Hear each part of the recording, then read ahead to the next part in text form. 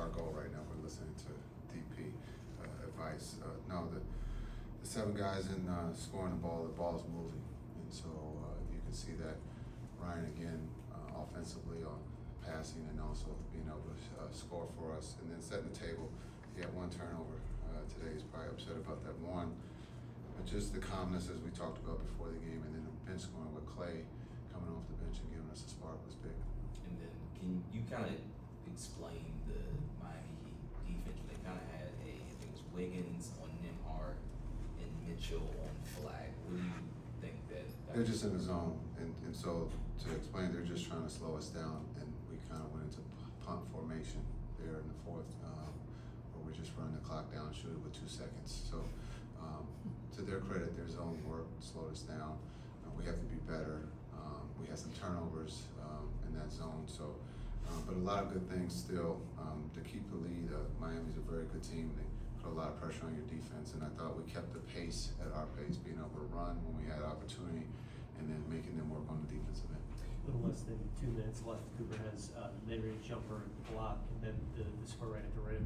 I mean, what do you think then about him already just making all these kind of winning plays already? Yeah, we talked about that before too, right? The clutch, he's been big for us. We've really known him on both ends of the ball, understanding offensively, being able to score, and then defensively coming up with a big block.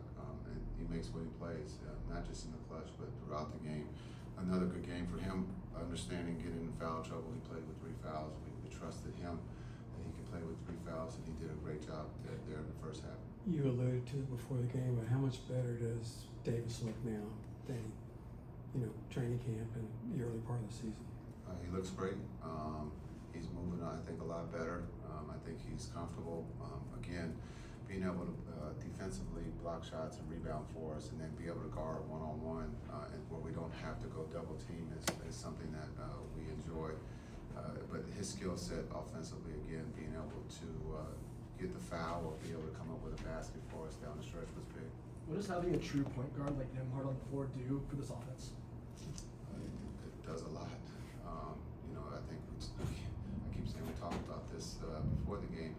The Miami game, I think, has set the tone for him and for us. Being able to play at that level, make plays for his teammates and for himself, and his teammates and the coaching staff trust when he's out on the floor, and you can see that.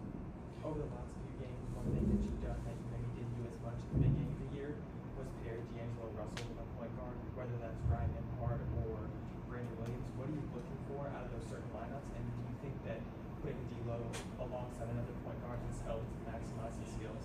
Yeah, I think we've looked at that in the last 2 games, being able to have D'Lo out there as another ball handler, but also another shooter, and then when you have B-Will or Ryan with them, letting those guys be able to make the plays for him, and I think he's flourished in this new role for playing off the ball for us. The trust of him being able to shoot it, but also for him to be able to make plays too. Thank you guys. We got Cooper up next.